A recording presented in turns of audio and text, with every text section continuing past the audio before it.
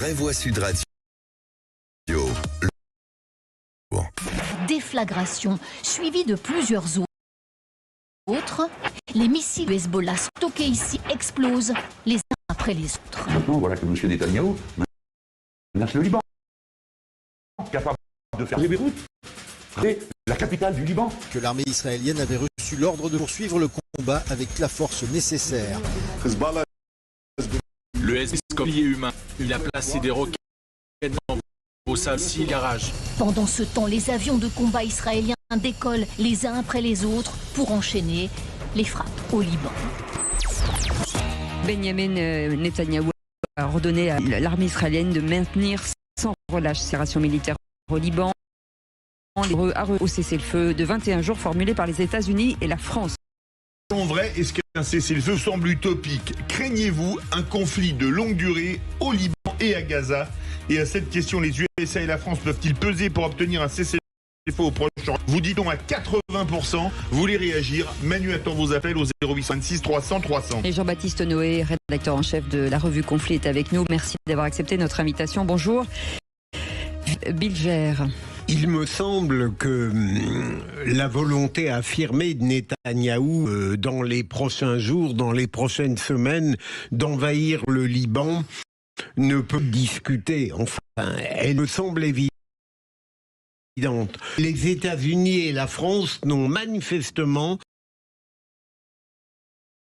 pas le déroulement. Je me demande, et c'est une question que je pose par avance, est-ce que il y a quelque chose qui aujourd'hui sur le plan international peut faire Netanyahou s'arrête au bord d'une catastrophe qu'il pourrait seul arrêter? Je n'imagine que les États-Unis, face à sa résolution, aient quelques pouvoirs de brider la volonté israélienne. Éric Revel.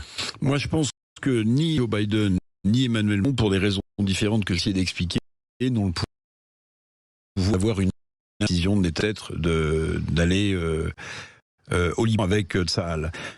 D'abord parce que Biden, il est plus président des États-Unis, il est encore plus, les élections c'est pour bientôt, et je pense que ça fait longtemps qu'il est plus président des États-Unis, en fait, vous voyez, eu égard aux problèmes qui l'assaillent depuis des mois. Emmanuel, pour raison politique, n'a pas le poids, la France n'avait très peu de poids au moyen de la grande époque des Chirac, où on avait une diplomatie moyen-orientale, mais là, je veux dire, tout ça c'est liquéfié. Je rappelle quand même que de manière symbolique, le président de la République a supprimé le corps diplomatique. Vous voyez, faisait l'art de nos ambassadeurs diplomatie dans l'État. Et alors, ce qui est intéressant, parce que ça me parlait, Biden et Macron ont demandé un jour, feu de 21 jours. Et, en fait, et vous savez qu'il y a une théorie des 21 jours. Ouais. Oui, il y a une théorie des 21 jours. 21 jours à une pratique pour que celle-ci devienne une habitude, qu'on l'exécute au quotidien presque sans rendre compte, sans s'en rendre compte. Donc, il y a un symbole derrière tout ça. Évidemment qu'on aimerait prendre l'habitude de la... N'oubliez pas que le Hezbollah a mis en coupe réglé le Liban. Là, on disait que fuit vers la Syrie. Il faut savoir que 2 millions de Syriens, c'est un pays qui est par terre, économiquement, politiquement, il y a probablement route. Enfin, donc en fait, le pays est ethniquement fragmentant. J'ai une pensée très forte, je connais un peu parce que j'allais assez régulièrement à Beyrouth. C'est vrai que bouclier ou pas à la solde, les Libanais sont en train de payer excessivement cher ce qui est en train d'Israël. Pierre-Yves Martin. Moi, je suis pas complètement aligné, en partie seulement. Pardon. Déjà, je comprends pas pourquoi on met la France et les États-Unis au même niveau. Parce que les États-Unis, par le biais du financement d'armes à Israël. Ensuite, la France, comme le dit Eric, a finalement plus d'influence sur cette région du monde. Et je vois ce que de bonnes intentions exprimées par le chef de l'État français pourraient changer. C'est bon? Ouais. Jean-Baptiste Noé, vous êtes rédacteur en chef de la revue Conflit.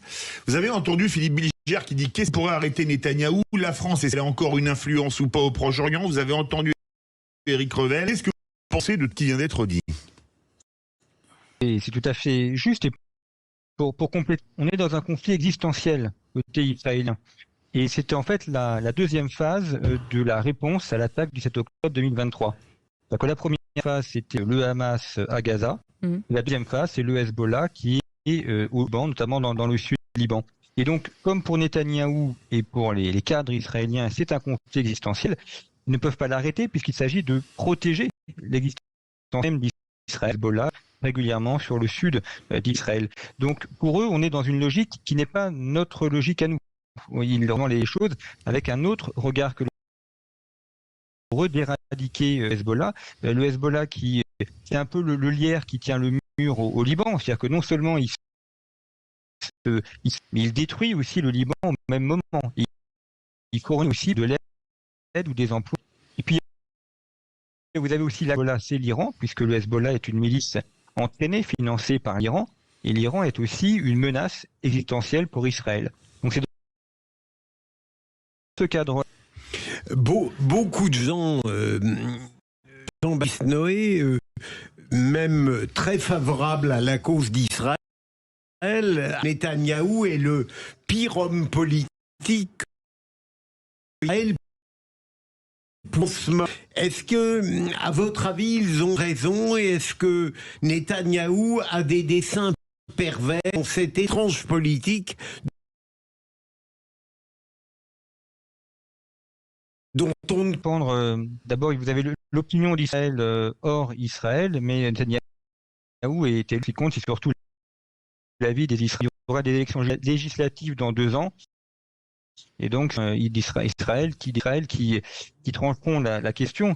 Mais force est de reconnaître que, en tout cas, Netanyahou a une très grande expérience politique, il a une longue maîtrise de ces sujets, et en tout cas, il est assez cohérent dans ce qu'il fait par rapport à son passé politique. Vous pensez que le conflit peut durer sur 2 fronts entre gueulants, ça va finir par se calmer? Appelez-nous au 826 303. Une question qui est intéressante, moi qui m'intéresse, je ne sais pas si ça vous intéresse, mais en allant et de les affaiblir, est-ce que ça va avoir un impact pour nous en matière de sécurité? Non, ce sont des mouvements qui ne visent pas un djihad national. C'est pas Al-Qaïda au Maghreb islamique.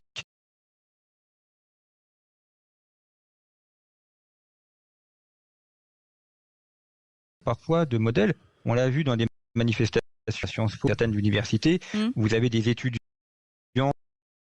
qui se du Hamas, dans la cause du Hezbollah, dans la cause manipulée des Palestiniens. Donc là, il peut y avoir des effets, mais enfin, c'est des propres dangers pour la sécurité des Français. Donc c'est vraiment propre à cette région. Et là, il n'y a pas de danger immédiat, je dis bien immédiat, pour l'Europe et pour la France. Allez, 0826 300 300, Benoît de Limoges qui est avec nous. Bonsoir Benoît. Bonsoir. Réaction sur ce conflit, en tout cas, ou sur ce qui a été dit? Je pense déjà aux Libanais qui... Et après, je pense que tout a été dit, en particulier, et moi je suis tout à fait de monsieur Éric Revel. À mon avis, là, ça a bien peu de poids et de pouvoir. Comme l'a dit Revel, en plus, on n'a plus de corps diplomatique. C'est ce qui faisait une chose autrement que militaire. Les États-Unis, mais voilà, certainement pas par M. Biden, comme ça a été dit, par le financement.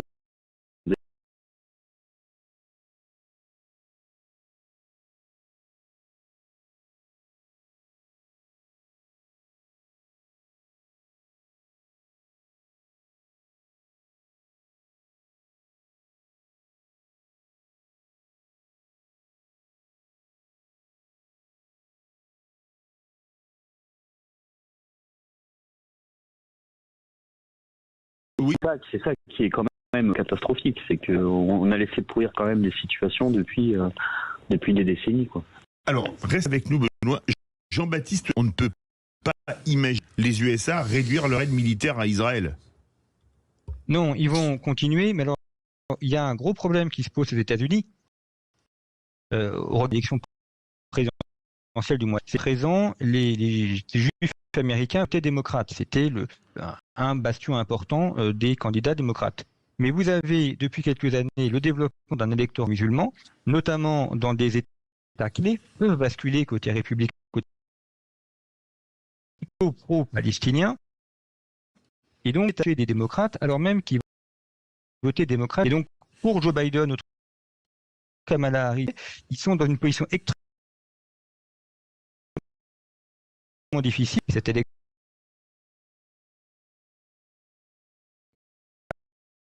avec l'électorat pro-palestinien. Donc, il faut lire la politique américaine aujourd'hui au regard de leur politique intérieure et au regard des enjeux électoraux.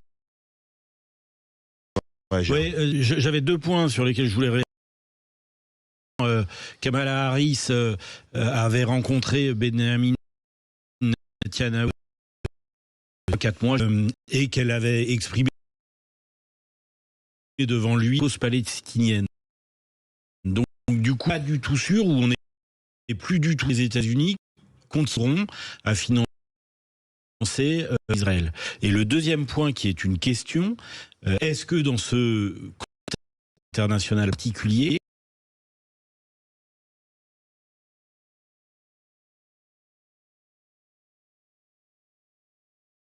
prendre un peu une première ligne, ce d'intervention sujet autre que les pays européens classiques ou les États-Unis en matière de diplomatie. Un nouvel acteur international qui peut rentrer dans le jeu et avoir une influence. Et peut-être.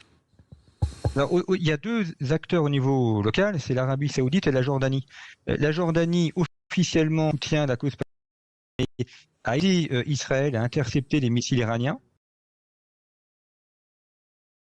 Donc l'Égypte également, et l'Arabie Saoudite est aussi un facteur de paix. Et c'est plutôt une bonne chose que ce drame qui est celui du Levant et a des pays arabes qui sont volontaires pour bâtir la paix et qui jouent les volontés de trouver une solution. Mais la Chine, qui est présente dans la région, n'a pas encore d'intervention diplomatique. Donc c'est plutôt l'axe Égypte, Jordanie, Saoudite qui joue un peu les bons offices, ces intermédiaires entre l'Iran et Israël. En fond de toile de tout ce contexte-là, vous avez aussi une opposition forte musulmane entre les sunnites. Absolument. Les Hezbollah sont chiites, et donc vous avez tout le mouvement sunnite saoudien et autres qui regardent évidemment tout ça avec beaucoup d'intérêt et d'inquiétude. Et juste pour revenir à ce que vous disiez, mon cher ami, moi je ne crois pas un seul instant que les États-Unis, quelle que soit la personne qui est élue au mois de novembre aux États-Unis, arrêtera son soutien à Israël. Ça, c'est absolument inimaginable.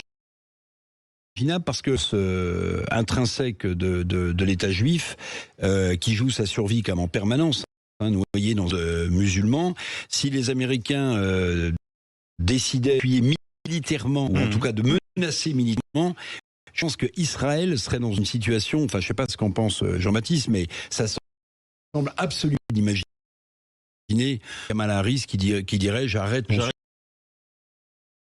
soutien d'Israël. Tout à fait, d'autant que la politique étrangère des États-Unis ne repose pas uniquement.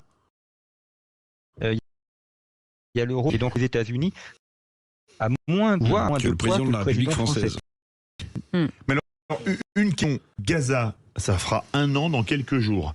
Là, le Liban, une hantise de guerre à mener sur plusieurs fronts. Est-ce que ça risque de durer encore? Parce que quand on voit l'armée israélienne, sa puissance, on pensait que Gaza se serait solutionné. Ça fait bientôt 1 an. Alors, la situation pour l'armée israélienne est meilleure à Gaza. Ils contrôlent mieux semaine.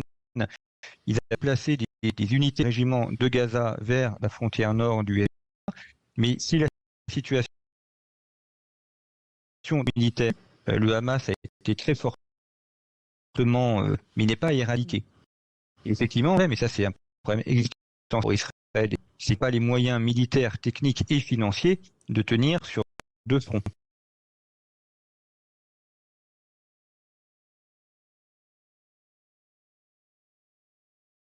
Jamais quand ça finit. Merci beaucoup Jean-Baptiste Noé, rédacteur en chef de la revue Conflit, c'est de nous clarifier en tout cas. Merci à vous. Ce conflit, vous restez avec nous dans un instant avec Benoît de Limoges qui est avec nous. Ça va Benoît ? Ça va. Vous avez regardé un petit peu les infos, les trucs, le qui c'est qui l'a dit ? Oui. Tout ça. Alors un petit peu, mais vraiment un petit peu. Ouais, genre, en fait, il a vachement regardé. Il fait le... Non, c'est moi. Philippe est un maître. Je pense qu'on a deux mecs au fond de la salle à côté du radiateur aujourd'hui. Je progresse, mais lentement. Allez, à tout de suite. Sud Radio, c'est vous qui donnez le ton. Pourquoi est-ce que vous aimez Sud Radio, Yamina ? Parce qu'il y a une liberté de ton, parce qu'on donne la parole à ceux qui n'ont pas l'habitude de la prendre, puis à toutes les opinions qui s'expriment. Sud Radio, parlons vrai. Ça, c'est pas